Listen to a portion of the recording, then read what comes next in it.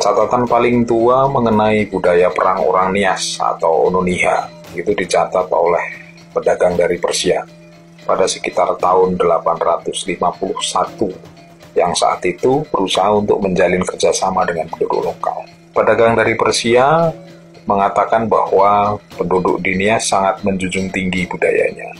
Mereka dikenal sangat kreatif, meski dalam beberapa hal suku Nias kuno mereka anggap agak mengerikan. Mereka memiliki kebudayaan berburu kepala manusia untuk keperluan ritual. Mereka melakukan perburuan itu dengan sebelumnya melakukan pertarungan yang sengit.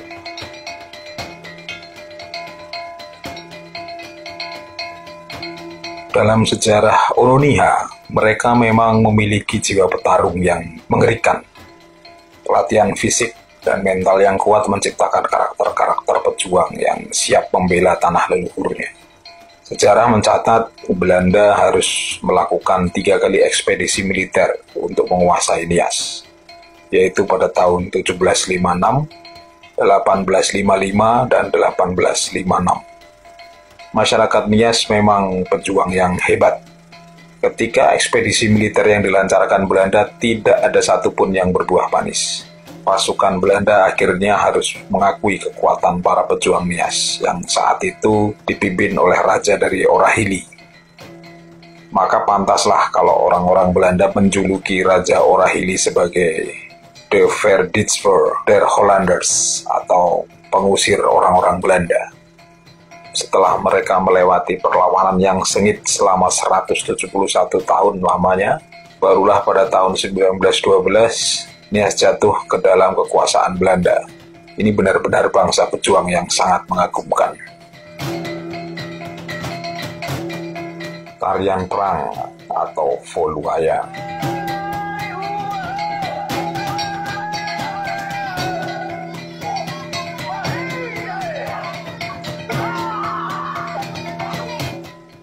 Tarian ini dilakukan untuk merayakan keberhasilan prajurit desa dalam memburu kepala musuh-musuhnya. Saat ini, tarian adat seperti ini sering muncul menggambarkan perangan antar desa di Nias. Voluaya akan menggambarkan pemimpin desa yang berinisiatif mengumpulkan pemuda desa untuk dilatih berperang. Mereka dikumpulkan untuk melindungi desa dari serangan suku lain. Salah satu latihan fisik yang dilakukan adalah dengan cara melompati humbu batu atau tembok batu. Setelah konflik peperangan antar suku dan desa tidak ada lagi, gerakan lincah para pemuda saat melawan serangan lawan kemudian diterapkan sebagai tarian adat untuk menyambut para tamu terhormat.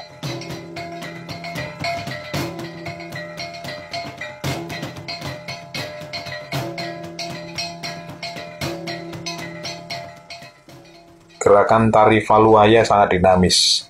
Hentakan kaki yang diiringi oleh musik dan gerakan mengayunkan tombak dan pedang menggambarkan semangat dari para pejuang dalam mempertahankan kampung mereka dari serangan musuh.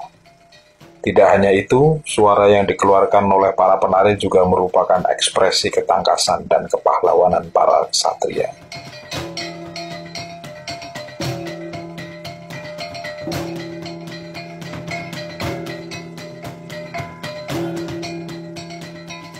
Sebagai bangsa petarung, mereka akan melakukan pertarungan dengan sepenuh jiwa.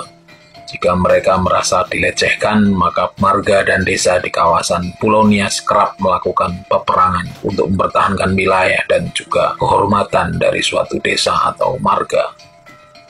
Kebiasaan berperang yang dilakukan oleh masyarakat Nias kuno sudah ada sejak ribuan tahun yang lalu. Bahkan sejak budaya megalitikum hadir 13.000 tahun yang lalu, penduduk di Pulau Nias sudah terbiasa dengan hal-hal yang berkaitan dengan pertarungan.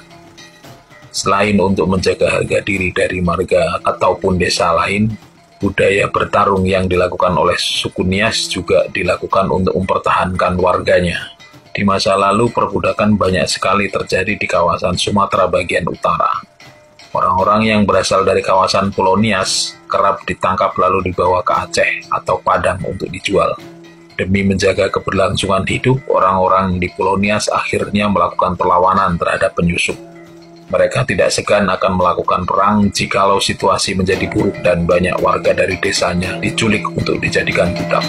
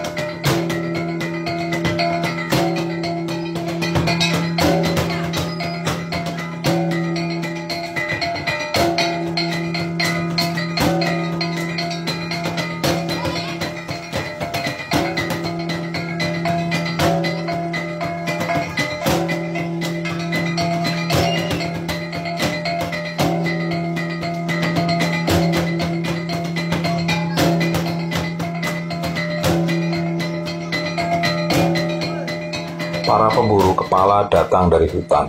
Dalam tradisi zaman dulu, Nias memang memiliki kebiasaan berburu kepala manusia, atau yang dikenal dengan sebutan Mangai Binu. Binu artinya kepala, Mangai artinya mengambil. Orang yang bisa melakukan Mangai Binu disebut sebagai Emali. Semakin banyak kepala dipenggal, maka akan diberi gelar kehormatan sebagai manusia perkasa atau Awupuka. Awupuka sebenarnya adalah nama orang yang dia sudah membuktikan keperkasaannya, sehingga namanya kemudian dijadikan sebagai gelar untuk menunjukkan bahwa seseorang sudah mencapai keperkasaan. Gelar itu akan